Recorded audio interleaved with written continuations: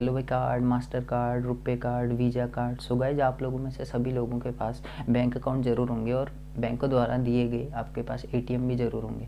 तो आखिर कभी आपने गौर किया है कि उनमें रुपे कार्ड, मास्टर कार्ड व वीज़ा कार्ड क्यों मेंशन रहता है? इनके बीच का आखिर डिफरेंस क्या है?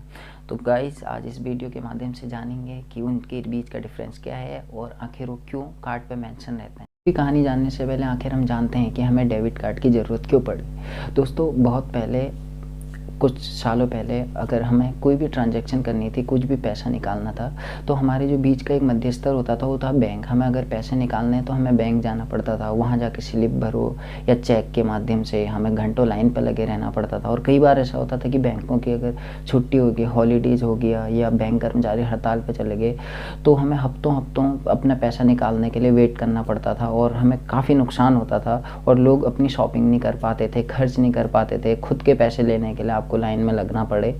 तो इन सब चीज़ों को ध्यान में रखते हुए बैंकों ने एक माध्यम स्टार्ट किया। उन्होंने कहा क्यों ना यार हम अपने छोटे छोटे एक एटीएम लगा देते हैं, ऑटोमेटिक टेलर मशीन, जिसके माध्यम से हम सभी कस्टमर को एक एक कार्ड प्रोवाइड करा देंगे, एटीएम कार्ड। तो कस्टमर स्वैप करेगा और उसे जितने पैसे की ज़रूरत होगी वो एटीएम के माध्यम से निकाल लेगा।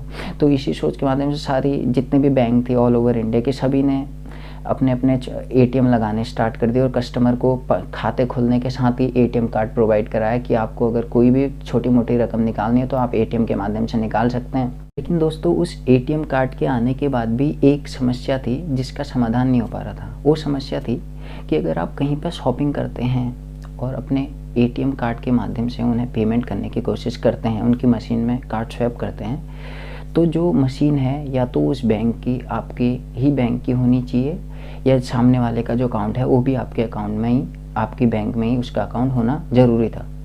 तो दोस्तों इससे काफ़ी परेशानी हो रही थी। अगर ऐसा ना हो तो लोगों को दोबारा एटीएम जाना पड़ रहा था, एटीएम जाके कार्ड स्वैप करो और पैसे लाओ और फिर पैसे आके दो। लोग काफ़ी परेशान हो चुके थे। तो बैंकों ने इसके बीच का रास्ता खोजने के लिए काफ़ी जद्दोजहद की और इसी जद्दोजहद के बीच दो कंपनियां, मास्टर कार्ड और वीज़ा, अचानक से आ गए। उन्होंने मौका देखा मार्केट में, उन्होंने कहा यार ये बहुत बढ़िया मौका है, हम लोगों के बीच के मध्यस्तर बन जाते हैं, उनके पेमेंट आपस में पेमेंट करवाते हैं और उसमें से कुछ पेमेंट फीस ले लेंगे। तो दोस्तों वीज़ा और मास्टर कार्ड जैसी कंपनियां आई, उन्होंने सभी बैंकों, वर्ल्ड वाइड की सभी जितनी भी बैंक है सभी से कॉन्टेक्ट किया। उन्होंने बोला भाई हम आपको एक कार्ड नंबर देंगे और अपनी कंपनी का लोगो देंगे, आपको कार्ड प्रिंट कीजिए और उसमें हमारा नंबर डालिए और हमारे कंपनी का लोगो लगाइए और उसे कस्टमर को बांट दीजिए। बाकी जो भी पेमेंट होगी आप अपने कस्टमर की सारी डिटेल हमें दे दीजिए, उसके अकाउंट की बेसिक डिटेल, उसकी जितनी भी सारी डिटेल होती हैं, जो जानकारी होती है वो आप हमें साझा कर दीजिए। तो धीरे धीरे प्रोसेस, स्कीम बहुत बढ़िया चलने लग गई।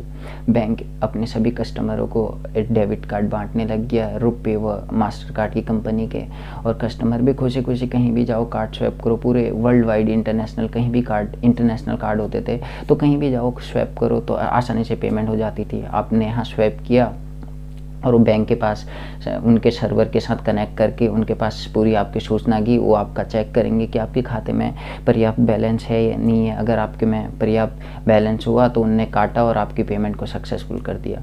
लेकिन दोस्तों इसके बीच एक बड़ी समस्या उत्पन्न हो रही थी, वो हो रही थी कस्टमर की प्राइवेसी को लेके व पेमेंट को लेके। दोस्तों कई बार शिकायत हो रही थी क्योंकि पूरी डिटेल जो होती है कस्टमर की वो इन दो कंपनियों के हवाले कर देती थी बैंक। जब आपको कार्ड बनाया जाता था, कार्ड प्रोवाइड कराया जाता था, तो आपकी जो भी बेसिक डिटेल होती है वो सारी इन कंपनी को प्रोवाइड कराई दी जाती थी। वो चाहे तो आपकी इन जो भी डिटेल्स होती है इनका फ़ायदा उठा सकते थे या इनको कहीं बेच सकते थे, कुछ भी हो सकता था। तो इन सब चीज़ों को देखकर NPCI, national payment corporation of India ने मार्च 2012 में एक रुपे करके अपना कार्ड जारी करना स्टार्ट कर दिया। उनने सभी बैंकों के पास गए कि भाई हम इस नाम का एक कार्ड बना रहे हैं, ये पूर्ण रूप से स्वदेशी होगा और इसमें जो भी कस्टमर की प्राइवेसी से जुड़ी जानकारियां हैं, कई चीज़ें होती है वो सेफ रखी जाएंगी और वो पूरी गवर्नमेंट उस पर गवर्नमेंट मॉनिटरिंग करेगी। तो बात आती है मास्टर कार्ड, रुपे व वीज़ा कार्ड के डिफरेंस के बीच की। दोस्तों इसमें जो मेन डिफरेंस है वो ये है, डिफरेंस है कि आपका जो रुपे कार्ड है वो पूर्ण रूप से स्वदेशी है, भारत का अपना कार्ड है। मास्टर कार्ड और जो वीज़ा है वो पूर्ण रूप से अमेरिकी कंपनी है। अगर आप कोई भी पेमेंट करते हैं तो आपकी जो ट्रांजैक्शन फ़ीस होगी हमारे देश से बाहर जाएगी। सबसे बड़ी बात ये है कि आप अपनी अर्थव्यवस्था में सपोर्ट नहीं करेंगे। अगर आप रुपे कार्ड यूज़ करते हैं और उससे कोई भी पेमेंट करते हैं, जो भी आपकी पेमेंट फ़ीस कटेगी वो आपकी भारत के अंदर ही रहेगी। आप ये मान लो आप देश की अर्थव्यवस्था में अपना मजबूत हिस्सा दे रहे हैं। और इसमें दूसरी है कस्टमर की कि आपकी प्राइवेसी हमेशा सेफ रहेगी। पूर्ण रूप से गवर्नमेंट मॉनिटरिंग करती है। रुपे कार्ड की जो भी ट्रांजैक्शन होती है वो पूर्ण रूप से गवर्नमेंट उसके ऊपर मॉनिटरिंग करती है और आपकी प्राइवेसी पूर्ण रूप से सेफ रखी जाती है। और ये जो रुपे कार्ड है ये आपको फ्री ऑफ कॉस्ट में बैंक प्रोवाइड कराएगा। और बाकी अगर आप मास्टर कार्ड व वीज़ा कार्ड लेते हैं तो आपको उसके लिए पेमेंट बैंक को करनी पड़ेगी। इसके बाद ही मास्टर कार्ड और वीज़ा आपको प्रोवाइड कराया जाएगा। हमारा कर्तव्य है और हमारी हमेशा ये सोच रहनी चाहिए कि हम अपने देश के कार्ड को ज़्यादा से ज़्यादा प्रमोट करें और उसी का इस्तेमाल करें, ताकि जो भी हमारे ट्रांजैक्शन फ़ीस कटे वो हमारे देश के अंदर रहे और हमारे देश की अर्थव्यवस्था में शामिल हो और हम अपने देश की अर्थव्यवस्था को और आगे लेकर जाएं।